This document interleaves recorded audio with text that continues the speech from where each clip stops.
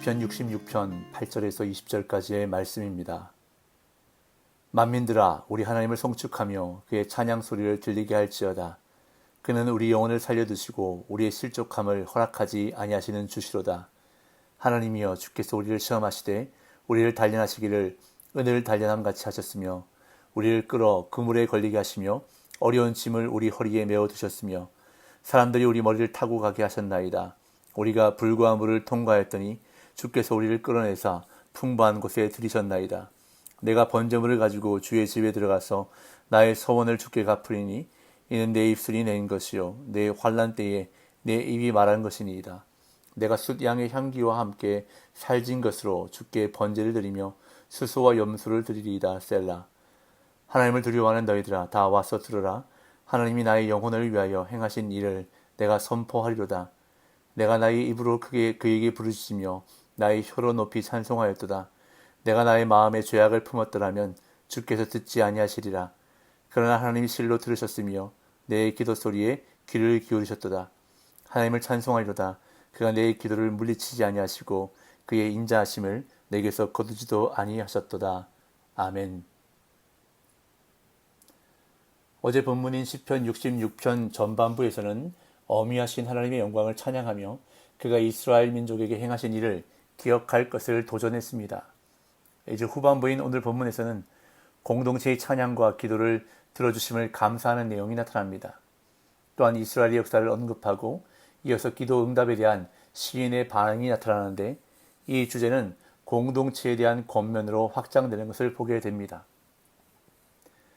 이스라엘 회중은 과거의 고난 가운데서 이스라엘을 건져주셨던 하나님을 찬양하는 일에 만민들을 초대하는데 하나님의 그 구원은 우리 영혼을 살리신 것이고 실족함을 허락하지 않으신 것임을 찬양합니다.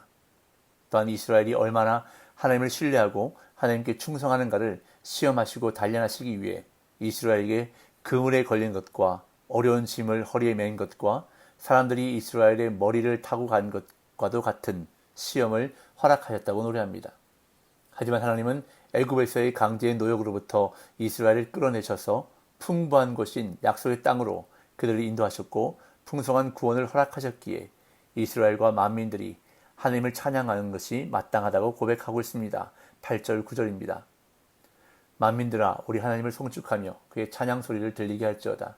그는 우리 영혼을 살려두시고 우리의 실족함을 허락하지 아니하시는 주시로다.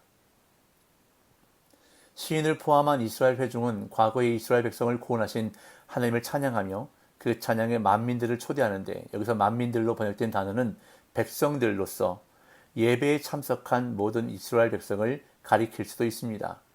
하지만 어제 본문 1절과 4절에 언급된 온 땅을 향한 초청을 본다면 만민들로 번역하는 것도 가능한데 왜냐하면 이스라엘의 구원은 하나님의 통치의 의로움을 반영하고 모든 인류의 구원으로 연결되기 때문입니다.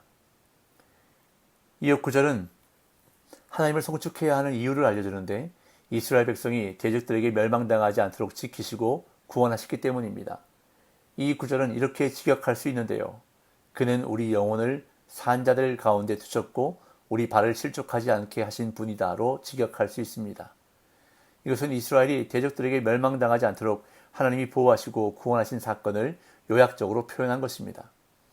그런 다음 이스라엘 회중은 과거의 고난을 돌이켜보면서 그것이 하나님의 시험이었음을 고백합니다. 10절에서 12절.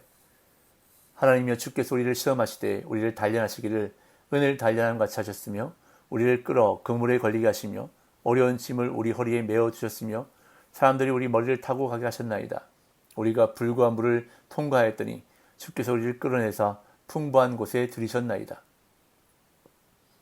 이스라엘 회중은 과거의 고난을 돌이켜보면서 그것이 하나님의 시험이었음을 고백하는데 즉 그들이 얼마나 하나님을 신뢰하고 충성하는가를 시험하시기 위해 그들에게 고난을 허락하셨다는 것입니다. 그래서 하나님이 그들을 시험하셨고 은처럼 단련하셨다고 고백합니다. 도간이나 용광로에서 광석을 녹여 금이나 은 등의 금속을 뽑아내거나 불순물을 제거하는 과정을 성경에서는 하나님이 고난을 통해 그 백성을 단련하시고 정결케 하시는 것으로 자주 표현합니다. 그렇게 이 구절은 애굽에서의 고난뿐만 아니라 광야와 가나안 땅에서 당한 고난들이 결국은 그들을 정결하게 하고 하나님을 더 신뢰하게 하려는 하나님의 시험이었음을 고백하는 것입니다. 그러면서 그 시험이 얼마나 힘들었는지를 그물과 짐의 비유를 통해 묘사하는데, 여기서 언급하는 그물은 사냥에서 사용되는 그물을 가리킬 수도 있고 감옥이나 요새를 의미할 수도 있습니다. 또한 어려운 짐을 우리 허리에 메어 두셨으며 라는 구절은 우리의 허리를 무거운 것으로 짓누르다 혹은 우리의 등에 무거운 짐을 올려놓다 등으로 번역될 수 있는데, 어떻게 번역하든 이스라엘 백성이 너무나도 고통스러운 억압을 당했음을 표현하고 있는 것입니다. 이어 12절에 사람들이 우리 머리를 타고 가게 하셨나이다 라는 표현은 전쟁에 패배한 군인들과 생존자들이 원수의 말발굽에 짓밟히는 끔찍한 모습을 영상화한 것인데, 과거의 이스라엘이 전쟁에서 패해 고통당했던 하나님의 시험을 말합니다. 그런 다음 지금까지 말한 극심한 하나님의 시험은 12절에서 불과 물을 통과한 것으로 요약되는데, 불과 물은 극심한 시험을 의미하면서도 정결케 하는 시험을 가리키기도 합니다. 그러면서 주께서 우리를 끌어내사 풍부한 곳에 들이셨나이다라고 고백하는데, 여기서 말하는 풍부한 곳은 대개 약속의 땅을 암시하는 표현으로 보지만 번영 혹은 넘침으로 번역되어 극심한 고난 후에 이스라엘이 누린 넘치는 하나님의 복을 비유하는 것으로 볼 수도 있습니다. 이제 13절부터는 찬양시에서 감사시로 분위기가 바뀌는데, 이스라엘 회중이 아닌 개인이 등장해 하나님께 자신의 소원을 갖겠다고 고백하며 많은 번제물로 하나님께 감사드릴 것을 맹세합니다. 13절에서 15절. 내가 번제물을 가지고 주의 집에 들어가서 나의 소원을 주께 갚으리니 이는 내 입술이 낸 것이요 내 환난 때에 내 입이 말한 것이니이다. 내가 수량의 향기와 함께 살진 것으로 주께 번제를 드리며 수소와 염소를 드리리다. 셀라. 13절부터는 개인의 감사 기도가 시작되는데, 시인은 주의 집, 즉 성전에 들어가 기도를 들어주신 하나님께 소원을 갖겠다고 고백합니다. 그리고 그 기도는 시인이 고난의 상황에서 드린 기도임을 14절에서 밝히는데, 내 입술과 내 입이 평행을 이루어 시인 자신이 직접 하나님께 간구한 사실이 강조되고 있습니다. 그런 다음 15절은 앞서 언급한 번제물이 무엇인지 더 자세하게 소개하는데, 번제물은 숫양과 수소와 염소로 시인은 최고 품질의 제물을 준비했음을 알 수 있습니다. 또한 시인이 바치는 번제물의 양이 상당히 많음도 알 수 있는데요. 레위기는 소원 제물로 바치는 번제물에 대해 소나 양이나 염소 중 하나만 드려도 된다는 사실을 명시하고 있습니다. 이는 소원 제물을 그 사람의 형편에 따라 선택해도 된다는 의미입니다. 그런데 시인은 셋 중 하나만을 선택한 것이 아니라 모두 다 드리기로 합니다. 물론 새 짐승을 모두 번제물로 드리는 것으로 보아 이 제사가 개인이 아닌 집단 혹은 국가 차원의 의식으로 이해할 수도 있지만, 이는 기도 응답을 받은 시인의 내적 기쁨을 드러낸다고 할 수 있습니다. 이어 시인은 하나님을 두려워하는 사람들에게 와서 들을 것을 권면합니다. 16절 17절. 하나님을 두려워하는 너희들아 다 와서 들으라. 하나님이 나의 영혼을 위하여 행하신 일을 내가 선포하리로다. 내가 나의 입으로 그에게 부르짖으며 나의 혀로 높이 찬송하였도다. 어제 본문 5절에서 이스라엘 회중이 온 땅을 초대해 하나님의 출애굽의 구원 기사를 와서 보라고 했던 것처럼, 시인은 하나님을 두려워하는 하나님의 백성에게 그의 구원 관증을 와서 들으라고 초대합니다. 그가 회중에게 선포하려는 것은 민족적인 구원인 하나님께서 행하신 것과 비교되는 나의 영혼을 위하여 행하신 일입니다. 17절은 시인이 얼마나 기도에 온 힘을 쏟아내는지를 표현하는데, 입과 혀는 말과 관계된 모든 신체 기관을 사용해 기도했음을 강조하고, 부르짖다와 높이 찬송하다는 표현도 시인이 할 수 있는 모든 형태의 기도를 드렸음을 보여주고 있습니다.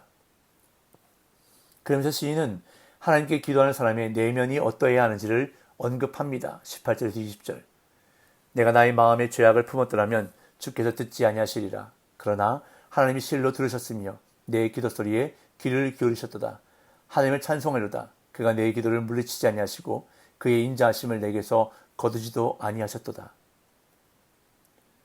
사실 18절은 과거형으로 번역되어야 하는데, 만약 그의 마음에 죄악을 품었더라면 하나님이 그의 기도를 듣지 않았을 것이라 말합니다. 이것은 기도할 때 죄악을 품지 않았다는 뜻일 수도 있고, 환란이 그의 죄로 말미암아 일어난 것이 아님을 뜻할 수도 있습니다. 이어 시인은 하나님이 결국 그의 기도를 들어주셨다고 간증하는데 하나님이 기도를 들어주신 사실을 3번이나 강조합니다. 하나님이 그의 기도를 들어주신 것은 그분의 인자하심 때문이었다고 고백하면서 시인은 기쁨으로 하나님을 찬양하며 시를 마칩니다. 시련은 우리를 복된 삶으로 인도하는 통로입니다. 또한 불순물을 제거하고 우리를 정결하게 하는 연단의 과정이기도 합니다. 하나님은 우리를 시련의 그물에 걸리게도 하시고 인생의 무게를 온몸으로 지고 힘겹게 살아가기도 하시며 때로는 많은 사람 앞에서 비굴하게 머리를 숙이게도 하십니다. 그러나 우리를 사랑하시는 하나님은 우리에게 감당할 시험만 허락하시고 실족하지 않도록 피할 길을 예비해 주신다고 바울은 고린도전서에서 말씀합니다. 그렇기에 성도가 겪는 고난의 끝은 재앙이 아니라 평안과 축복이요 찬양의 이유가 되는 것입니다. 비록 지금 고난 가운데 있다 할지라도 고난 저편에 예비해 두신 은혜를 믿음의 눈으로 바라보며 소망을 굳게 붙들고 오늘도 찬송하며 살아가는 저와 여러분들의 복된 삶 되시기를 예수님의 이름으로 축복합니다.